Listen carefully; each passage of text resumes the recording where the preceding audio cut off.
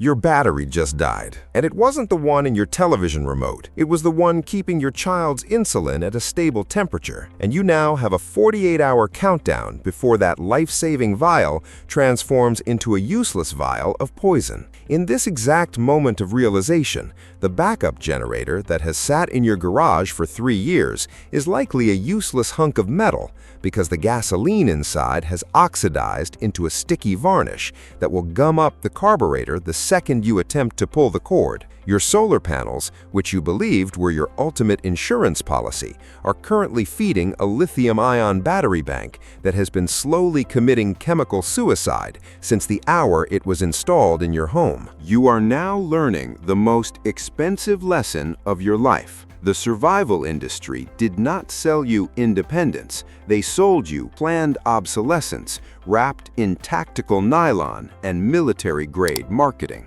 There is a fundamental battery problem in the prepper community where individuals stockpile lead-acid deep cycles, lithium-ion power banks, and AGM batteries, unaware that they are building a graveyard of electrochemical time bombs with ticking clocks. The energy industry purposefully refuses to advertise the built-in death sentence of these chemistries because a customer who solves their power problem permanently is a customer who is lost to the revenue cycle forever. The analysis of modern energy storage reveals that lithium-ion cells, despite their high energy density and fast charging capabilities, are structurally compromised by the growth of dendrites. These are microscopic metallic crystals shaped like thorns that grow from the anode toward the cathode during every single charge cycle. Eventually, these lithium thorns pierce the separator membrane, inducing an internal short circuit that leads to rapid heating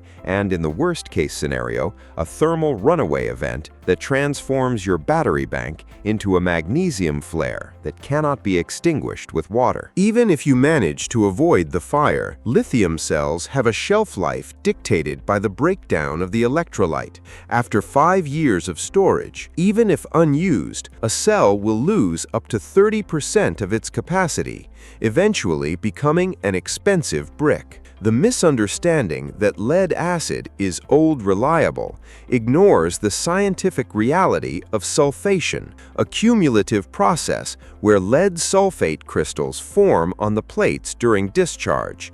If these crystals do not dissolve during the recharge, which they often don't, they slowly strangle the battery's capacity until it can no longer hold a charge after as few as 300 to 500 cycles.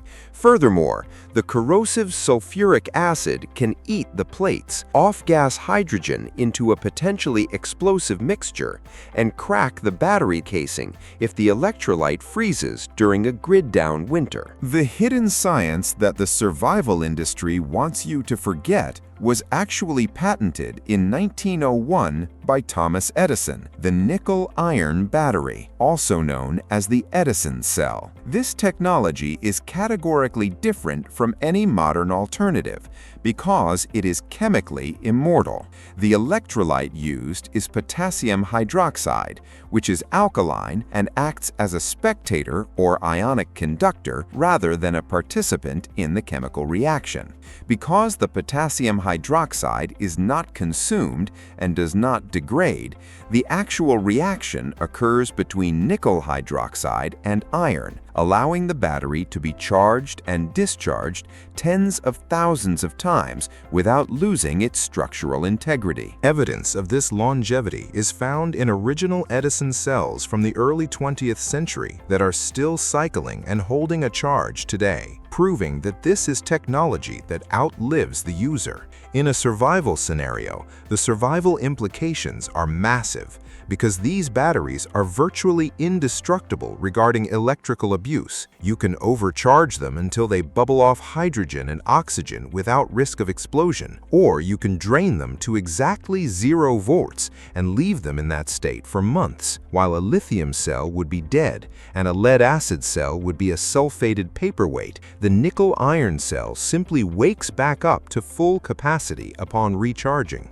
You could even leave it sitting in a garage for 40 40 years. Drain the old electrolyte, rinse it with distilled water, and pour in fresh potassium hydroxide to restore it to near 100% capacity for your grandchildren to use. The escalation of the crisis reveals that if you possess immortal energy storage, you have bypassed the dependency trap that keeps 99% of the population tethered to a failing grid. However, the reason you do not see these batteries on the shelves of Home Depot or advertised in prepper magazines is that they represent business model suicide for corporations. If a company sells you a lithium bank for $10,000 that dies in 5 years, they have turned you into a repeat customer who will spend $40,000 over 3 decades. A battery that lasts a century stops the revenue stream. And in an economy built on subscription models and planned obsolescence, a permanent solution is viewed as a threat to be buried. These batteries do exist, primarily produced by manufacturers in China and Eastern Europe, but they are heavy, weighing 2 to 3 times more than lithium for the same energy storage, which makes them a deal breaker for portable kits, but an ideal foundation for a homestead. Transitioning from the requirement of eternal power, we must address the next limitation that will kill you in hours rather than days: the inability to shield your body from thermodynamic entropy. All the power in the world is useless if you cannot trap heat, and the outdoor gear industry has been selling you a thickness-based lie for 50 years to keep you bulky, slow, and perpetually buying new equipment. The immediate danger in a grid-down winter is not the cold itself, which is merely the absence of heat, but the 3 modes of thermal transfer: conduction, convection, and radiation. Thermodynamics is a law that cannot be negotiated with, but it can be cheated if you understand the physics of frozen smoke, a material that shouldn't exist according to traditional manufacturing logic. The outdoor industry tells you that warmth equals thickness, forcing you to wear puffy jackets that trap air in tiny pockets to prevent convection. However, if those pockets get wet, they fill with water, a fantastic conductor, and your insulation collapses into a cold, wet blanket that actively pulls heat from your body 25 times faster than dry air. The hidden science that solves this is silica aerogel, the most thermally insulating material on planet Earth, which is a nanoporous structure made of silicon dioxide that is 99.8% air. The pores in aerogel are measured in billionths of a meter, creating the Edison effect, where air molecules cannot flow freely because they collide with the pore walls more often than they collide with each other. This molecular-level trap effectively deletes thermal conductivity, allowing a 3-millimeter layer of aerogel to insulate as effectively as 3 centimeters of traditional down feathers. Evidence from NASA demonstrations shows that you can apply a 1,000 degrees Celsius blowtorch to one side of a thin aerogel wafer while holding an ice cube on the other side, and the ice will not melt. The survival implications of aerogel insulation are profound because it is hydrophobic, meaning it does not lose performance when wet, and it does not degrade or lose loft like down or synthetic fleece. It has been used in Mars rovers, spacesuits, and deep-sea submersibles because it works permanently. Yet your winter coat is still stuffed with feathers because a 3-millimeter jacket that lasts 20 years would destroy the seasonal fashion revenue model. The industry needs you to believe that you need a new parade float jacket every few seasons, but the person who lines their survival shelter with raw aerogel blankets like pyrogel or cryogel has made themselves thermodynamically untouchable without the bulk. As you achieve physical safety through eternal power and nanoscale insulation, you encounter the final layer of the blacklist, the communication grid. Most survivors carry a liability disguised as a tool in the form of a standard handheld radio, unaware that every time they press the transmit button, they are ringing a dinner bell for any hostile group with a directional antenna and basic triangulation skills. In a collapse, you do not just need to talk, you need to communicate in a way that is invisible to the system and cannot be silenced by a central authority. The immediate danger of the information age is that we have become dependent on a permission-based communication system that is designed to fail the second the social contract is voided. In a civilizational collapse, your smartphone is not a survival tool. It is a tracking device that transforms into a useless slab of glass and silicon the second a carrier flips a regional switch or a local tower's backup generator runs out of fuel. Analysis of the radio frequency spectrum reveals that standard handheld radios, while cheap and accessible, are essentially acoustic beacons for anyone with a directional antenna and the intent to seize your resources. There is a dangerous misunderstanding among civilians that a high-wattage tactical radio provides security, when the scientific reality is that more power simply creates a louder signal for hostile triangulation. The hidden science that renders you invisible to this monitoring is the LoRa protocol, a decentralized, encrypted, text-based communication method that powers the Mesh-tastic network. Unlike traditional point-to-point radios, every device on a mesh network acts as both a client and a repeater, meaning your data doesn't travel in a vulnerable straight line toward a target, but hops through every available node in the environment. This creates an anti-fragile topology, where the network actually becomes stronger and more resilient the more people join it, automatically healing itself and routing around obstacles or destroyed nodes to find the path of least resistance. Evidence of this technology's dominance is found in its extreme efficiency. A Mesh-tastic node consumes only milliwatts of energy, allowing it to be powered indefinitely by a single battery and a 5-watt solar panel. While traditional high-powered radios require massive battery banks that eventually die, the shadow grid operates on the margins of the spectrum, transmitting encrypted AES-128 messages that are indistinguishable from background noise to casual eavesdroppers. The survival implications are profound. You can coordinate movements, share GPS coordinates on decentralized maps, and monitor perimeter sensors across a 100-mile line-of-sight range without ever relying on corporate infrastructure or government-controlled satellites. This is the final layer of the blacklist, a communication grid that cannot be silenced by a central authority because there is no center to strike. When you combine the chemical immortality of the Edison battery,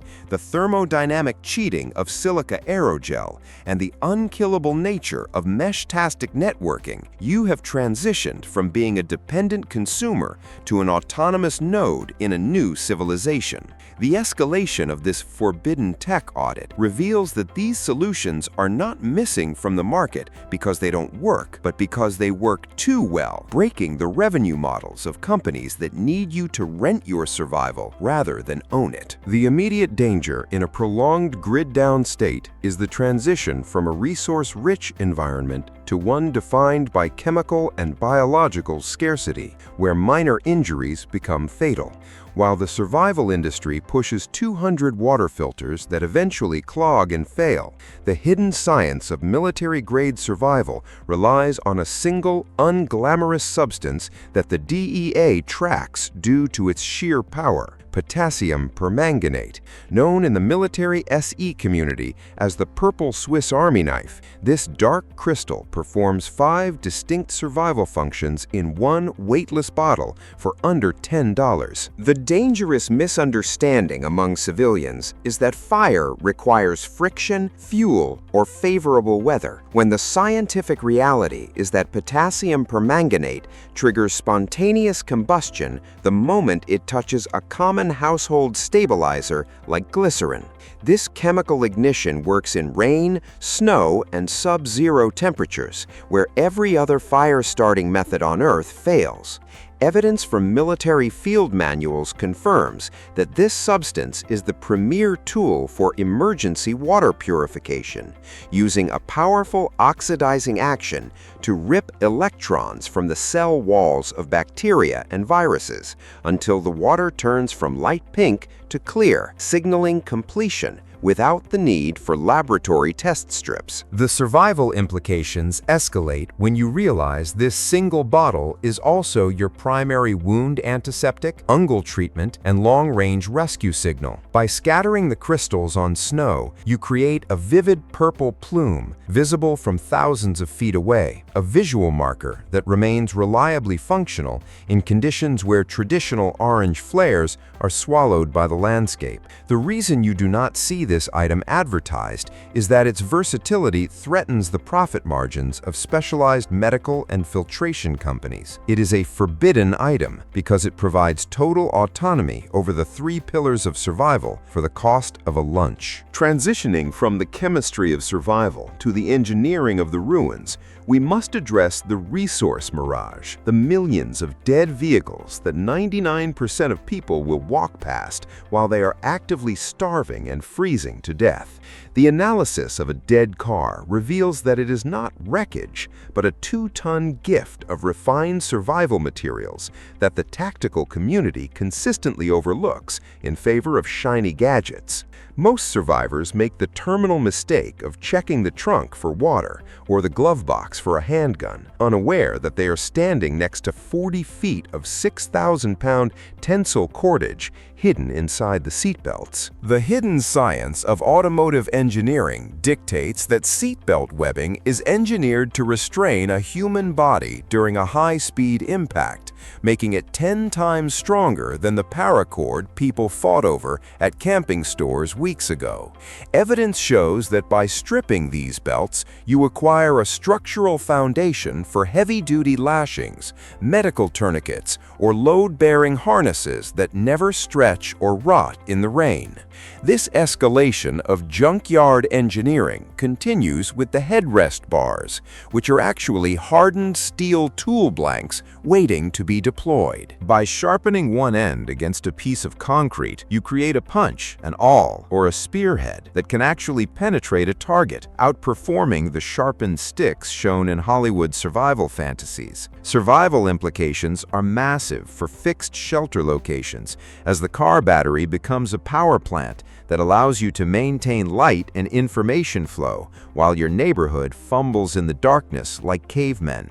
Even a dead battery that cannot turn an engine over usually has enough residual charge to power low-draw LED lights or a small emergency radio for weeks. The person who can turn a cabin air filter into a water pre-filtration medium and a wiring harness into 50 small game snares is the person who inherits the ruins. Transitioning from individual survival to the fortress census, we find that your fate is ultimately dictated by the kinetic buffer, the physical distance between your front door and the inevitable stampede of the unprepared. The immediate danger of a civilizational collapse is the stampede psychology, where 99% of the population is programmed by every instinct in their panic lizard brain to join the largest, slowest-moving traffic jam in human history. Analysis of egress mathematics reveals a brutal reality.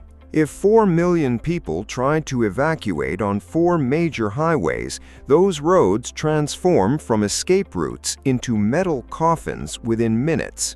The common misunderstanding is that your nice neighborhood is a sanctuary, but the hidden science of the triad of collapse calculates that any location within 400 miles of a major metro area is inside the kill radius of a desperate mob on a single tank of gas. Survival implications suggest that the only way to own the chaos is to apply the vacuum protocol, strategic occupation of the urban holes like science towers and document vaults that the stampede abandons in its panicked flight.